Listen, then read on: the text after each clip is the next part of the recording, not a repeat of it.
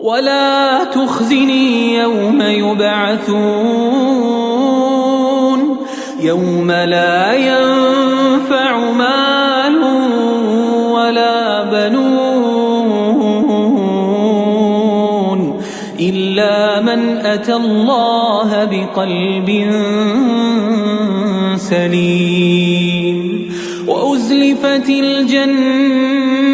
للمتقين